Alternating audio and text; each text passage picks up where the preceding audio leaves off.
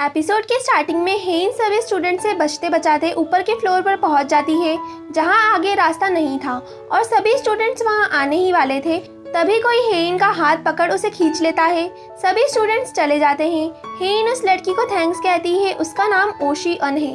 वो हेन के पास शूज नहीं है ये देख उसे शूज भी देती है और उससे पूछती है तुम हेन हो ना, स्कूल कम्युनिटी पर तुम्हारी चर्चा चल रही है। और अब हेन इस स्कूल की थ्योरी समझ जाती है, that rich and poor one. हेन कहती है और मैं पहले ही दिन सबसे पावरफुल लड़की से टकरा गई, मेरी स्कूल लाइफ तो गई काम से। ओशी कहती है अगर ऐसा ना भी हुआ होता तो भी इक्वल एजुकेशन से होने के कारण तुम्हें बुली करना स्टार्ट कर देते। हेन कहती है थैंक्स इसे सांत्वना देने के लिए। ओशी सॉरी कहती है। हेन कहती है माफी मांगने की जरूरत नहीं, सिर्फ यहाँ तुम ही हो जो पागल नहीं, बाकी सब तो मेरे पीछे खुले सांड की तरह भाग रहे हैं। तभी हेन कहती है नहीं कोई और भी है और ओशी को थैंक्स बोल वहाँ से चले जाती है। यहाँ हर जगह स्टूडेंट्स हेन की तलाश में लगे थे और हेन दोन को मैसेज करने के लिए टाइप कर चुकी थी कि क्या जो तुमने मुझे कहा था तुम अभी भी मुझे बचाओगे, पर वो मैसेज टाइप कर सोच में पड़ी थी कि सेंड करूँ या नहीं। तभी स्टूडेंट्स उसे देख लेते हैं। हेन कहीं भाग भी नहीं सकती थी क्योंकि आगे पीछे ऊपर नीचे हर जगह से स्टूडेंट्स उसकी तरफ बढ़ रहे थे। हेन तो उनको मैसेज सेंड कर देती है और स्टूडेंट्स को रोकने के लिए उन्हें रिकॉर्ड करना स्टार्ट कर देती है, ये कहते हुए कि ये बुलिंग है और अगर आगे बढ़े तो ये वीडियो सीधा पुलिस के पास जाएगा। ये सुन सभी हंसने लगते हैं कि पुलिस से तुम जैसे गरीब लोग डरते होंगे, हम नहीं, भेजो पुलिस को भेजो। अब बेचारी हेन क्या करे, सभी उसकी तरफ बढ़ने लगते हैं। तभी हेन भागकर वहाँ से कूद जाती है। सभी चौंक जाते हैं क्योंकि यहाँ हेन को डॉन बचा चुका था और कहता है हाँ बिल्कुल मैं अभी भी तुम्हें बचाऊंगा। ये न्यूज़ जेना तक भी पहुँचती है जिसे भी समझ ही नहीं आ रहा था कि आखिर डॉन एक इक्वल एजुकेशन वाले स्टूडेंट को क्यों बचा रहा है। तभी हेन को उसकी स्टेप मॉम के वर्ड्स याद आते हैं कि तुम्हारे डैड से प्यार करती हूँ, इससे मैं विलन कैसे हुई। और यही सेम लाइन उससे हेन ने भी कही थी। अरे नहीं अपनी हेन नहीं, वो कोमा में गई हुई हेन कि इससे मैं विलन कैसे हुई। फिर जाना एक रेस्टोरेंट में पहुंचती है जहां उसका फैमिली डिनर था और वो तो अपनी स्टेप मॉम से नफरत करती थी जिससे उसका बिहेवियर उसकी मॉम के टुवर्ड्स देख उसके डैड बहुत गुस्सा हो जाते हैं। और जब जाना को पता चलता है कि उसकी स्टेप मॉम प्रेग्नेंट है वो वहाँ से उठकर तुरंत चली जाती है। यहाँ डॉन हेन से कहता है क्या तुम सच में ठीक हो, कहीं कोई चोट तो नहीं आई। वो कहती है नहीं सिर्फ पैर में हल्की सी खरोच है। डॉन तुरंत उसे बैंडेज लगाने लगता है और कहता है मैं हेन को पसंद करता हूँ। हेन ब्लश करने लगती है और उसे याद आता है जब वो बचपन में कभी भी सिंड्रेला नहीं बनना चाहती थी, सिर्फ एक रिच इंसान बनना चाहती थी, पर क्या वो सिंड्रेला बनना चाहती है एक प्रिंस के लिए। तभी डॉन कहता है किम हेन, उसे किसने मारा, तुमने उस रात देखा था ना, किसने उसे धक्का दिया। ये सुन हेन सोचती है सिंड्रेला बनने को गोली मारो और उठकर जाने लगती है। डॉन उसका हाथ पकड़ लेता है। हेन कहती है अगर मैंने तुम्हें बताया तो तुम मुझे क्या दोगे। और सीन यही कट होकर नेक्स्ट डे पर शिफ्ट होता है जब डॉन कार से उतरता है और उसके साथ हेन भी उतरती है।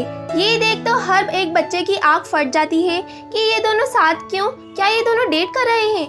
यहाँ जाना भी ये सब देख रही थी। हेन जब जा रही होती है तो सभी कह रहे थे देखो ये वही है, ये वही लड़की है। और जब वो लॉकर के पास पहुंचती है तो 3 लड़कियां उसके पास आती हैं और कहती है ये सब क्या है, डॉन और तुम्हारे बीच क्या चल रहा है। हेन कहती है इससे तुम्हें क्या, अच्छा डॉन डायमंड क्लब से है इसलिए तुम उसके पालतू कुत्ते जो हो। वो लड़कियां गुस्से में कहती है डॉन तुम्हारे जैसी लड़की को कभी डेट नहीं करेगा, वो सिर्फ तुम पर दया दिखा रहा है, जाओ कांच में अपना चेहरा देखो और बॉडी भी। ये सुन हेन को बहुत गुस्सा आता है और वो कहती है हाँ सही कहा, हम दोनों डेट कर रहे हैं। ये सुन सब चौंक जाते हैं। यहाँ जैना के चमचे भी डॉन से पूछते हैं कि तुम उस गरीब लड़की को क्यों बचा रहे हो। तभी हमें वो सीन दिखाया जाता है जब डॉन हेन से किलर का नाम पूछता है। हेन कहती है तो तुम किम हेन को पसंद करते हो और ये सब तुमने जानबूझकर किया, मुझसे ये कहना कि कोई भी प्रॉब्लम होने पर तुमसे कहूँ। डॉन कहता है मैंने तुमसे डैड को बात करते सुना था, झूठ मत बोलना, बताओ कौन था वो। हेन कहती है तो जाओ अपने डैड से पूछो और जाने लगती है। डॉन उसे रिक्वेस्ट करता है कि उसके सिवाय ये उसे कोई नहीं बता सकता। हेन कहती है इसके बदले तुम क्या करोगे। डॉन कहता है तो तुम मुझे बताओगी। हेन कहती है ये तुम्हारे बिहेवियर पर डिपेंड करेगा। यहाँ डॉन उनसे कहता है हम दोनों डेट कर रहे हैं तो उससे परेशान मत करना। दोनों ही सिर्फ उसे देखते रह जाते हैं और कहते हैं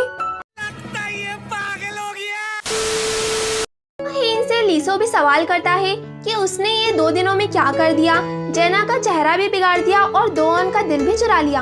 हेन ये कहकर चली जाती है कि ये बकवास करने के लिए मुझे बुलाया था। उसके जाने के बाद लीसो कहता है बाल्टी सच में इंटरेस्टिंग है। हेन जब क्लास में पहुंचती है तो वो तीनों लड़कियां अचानक से उससे बहुत मीठे बातें करने लगती हैं। हेन कहती है साफ साफ अपने बिहेवियर में चेंज के बारे में बताओ। तो वो कहती है अब जब तुम दोऑन को डेट कर रही हो तो दुश्मनी रखने का कोई फायदा नहीं।